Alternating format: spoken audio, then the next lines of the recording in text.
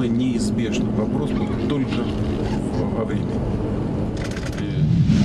Ingatkah kalian tentang serangan Rusia menggunakan rudal balistik terbaru? Rudal terbaru Rusia ini bahkan mendapat jaminan dari Putin sebagai rudal yang tak terhentikan. Dan hal yang paling menakutkan bagi Ukraina dan Barat adalah potensinya yang bisa membawa hulu ledak nuklir. Ukraina boleh saja berkoar-koar dengan menyampaikan kerusakan yang tidak signifikan. Namun hal itu sama sekali tak mengaburkan fakta bahwa negara yang mengusahakan diri jadi bagian dari NATO tersebut mulai ketar-ketir. Jika tidak begitu, Ukraina bersama NATO tentu tidak akan terburu-buru melakukan pertemuan darurat seperti yang akan kita bahas sebentar lagi.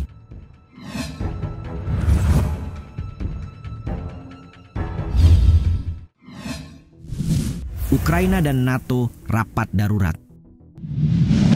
Sebagaimana pembahasan di awal, peluncuran rudal ke Ukraina oleh Rusia telah memicu kekhawatiran di kalangan Kiev dan mitranya. Menurut laporan NPR, NATO dan Ukraina akan mengadakan pembicaraan darurat pada Selasa mendatang setelah serangan rudal balistik hipersonik eksperimental disebutnya meningkatkan perang yang telah berlangsung hampir 33 bulan. Sebelumnya, Parlemen Ukraina membatalkan sidang karena isu keamanan, menyusul serangan Rusia Kamis kemarin terhadap fasilitas militer di kota Dnipro. Sebagai tanggapan, Perdana Menteri Polandia Donald Tusk menyebut konflik tengah memasuki fase yang menentukan dan menjadikan suasana Eropa semakin dramatis.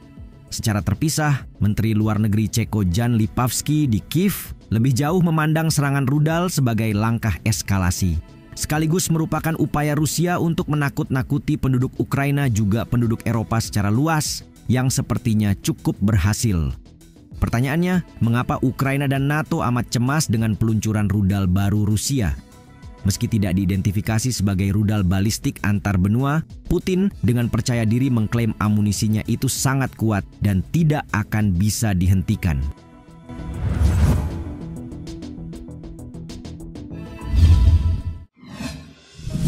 Khawatir dengan potensi hulu ledak nuklir. Putin memperbaharui doktrin nuklir setelah 2 tahun perang dan langsung meluncurkan rudal balistik baru yang dinamai rudal Oreshnik. Bahkan Kepala Pasukan Rudal Strategis Rusia, Jenderal Sergei Karakayev, mengatakan rudal Oreshnik dapat mencapai target di seluruh Eropa dan dilengkapi dengan hulu ledak nuklir atau konvensional. Penggunaan senjata secara besar-besaran akan sebanding dengan penggunaan senjata nuklir, katanya dengan meyakinkan. Sampai di sini, pertanyaan bukan lagi tentang apakah Kiev dan NATO harus khawatir atau tidak, tetapi mengapa mereka harus khawatir dan buru-buru mengadakan rapat darurat. Pasalnya, ancaman yang mengarah pada pengerahan kemampuan nuklir bukanlah hal baru bagi Putin. Terlebih saat perang pecah sejak 2022, pemimpin Rusia itu kerap mengisyaratkan penggunaannya di medan perang untuk mengecoh negara-negara barat yang mempersenjatai dan mendukung Ukraina. Karena itu wajar jika kehadiran Oreshnik memperbarui ketakutan yang telah mengakar sebelumnya.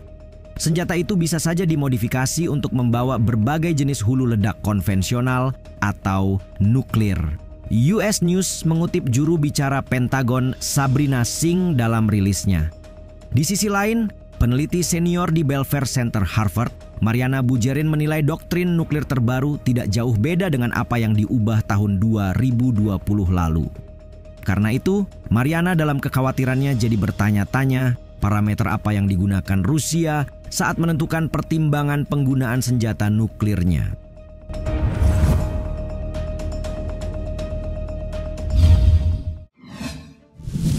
Teruskan uji coba Oreshnik dalam pertempuran.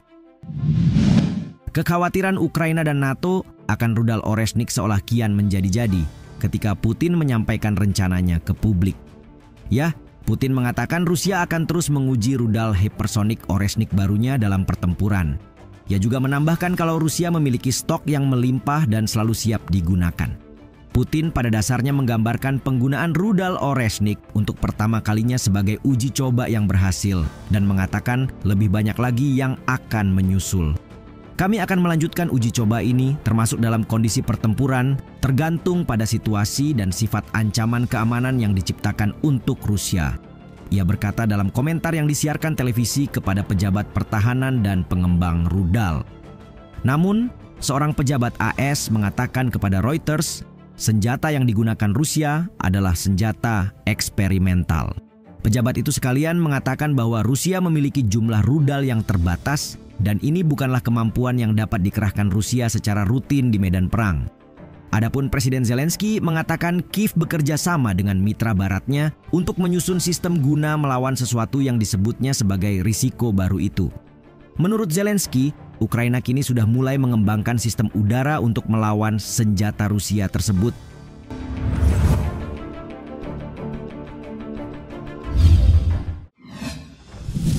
Pangkalan AS di Polandia jadi target berikutnya. Tidak hanya mengancam Ukraina dan Eropa, Amerika Serikat pun tak luput dari ancaman Rusia. Beberapa hari setelah Joe Biden mengizinkan penggunaan rudal jarak jauh AS terhadap target Rusia oleh Ukraina, peringatan penargetan pangkalan militer AS di Polandia mulai digaungkan Rusia. Juru bicara Kementerian Luar Negeri Rusia Maria Zakharova mengatakan pangkalan anti rudal Amerika Serikat di Redzikowo, Polandia adalah target prioritas untuk netralisasi potensial. Jika perlu, ini dapat dicapai dengan menggunakan berbagai persenjataan canggih, katanya kepada kantor berita milik negara Rusia TAS. Mengacu pada penargetan instalasi AS, disebutnya pula hal ini pasti akan meningkatkan tensi perang dan bisa saja memicu perang nuklir. Namun ia sekali lagi menekankan bahwa pangkalan pertahanan rudal di Polandia telah lama berada dalam daftar. Mengutip Politico, pangkalan militer tersebut dibuka pada 13 November setelah awalnya diresmikan oleh mantan Presiden AS Barack Obama pada tahun 2009. Sebagai bagian dari perisai anti rudal Amerika, pangkalan di Redzikowo itu merupakan instalasi permanen pertama angkatan bersenjata AS di Polandia. Kemudian bersamaan dengan perkembangan yang terjadi, langkah agresif Putin praktis membawa kekhawatiran ke fase baru terutama bagi musuh.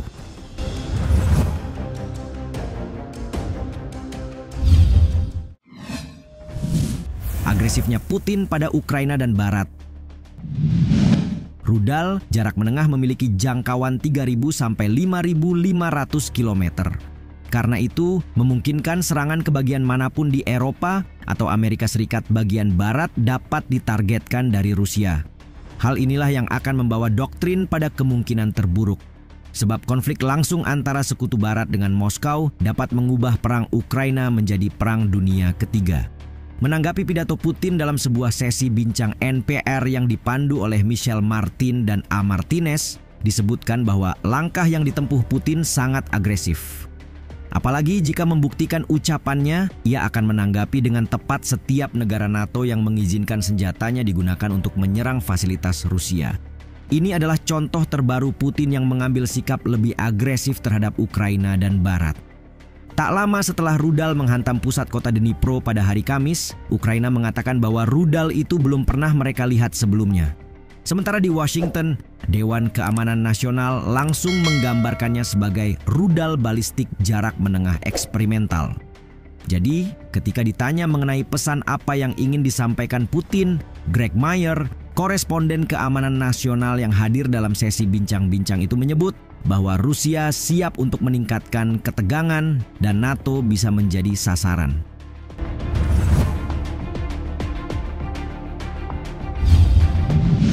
Ketegangan semakin meningkat menyusul ancaman rudal baru yang dikerahkan Moskow berikut perubahan doktrin nuklirnya.